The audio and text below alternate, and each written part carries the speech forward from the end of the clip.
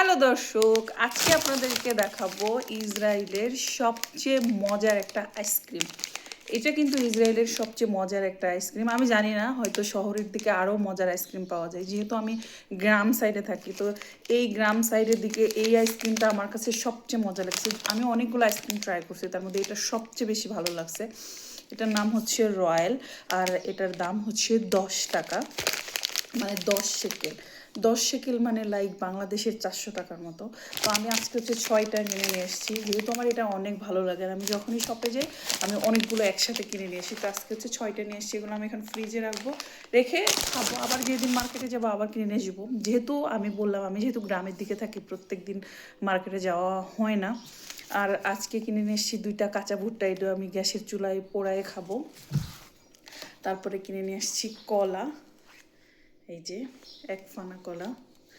আর এখানে আছে হচ্ছে মিক্সড ফ্রুট, এই বক্সটার দাম হচ্ছে 20 শেকেল।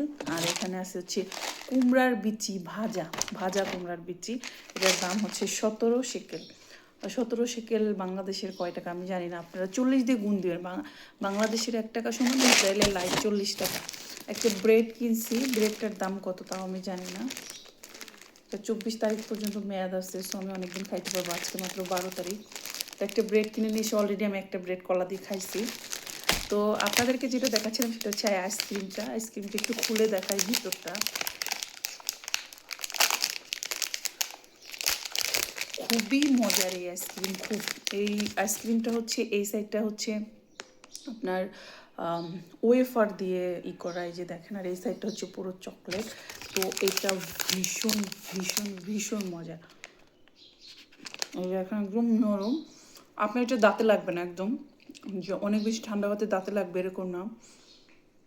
তো শহরের দিকে হয়তো আরও ভালো দামি আইসক্রিম পাওয়া যায়, বাট আমার কাছে এই মুহূর্তে এটা বেস্ট।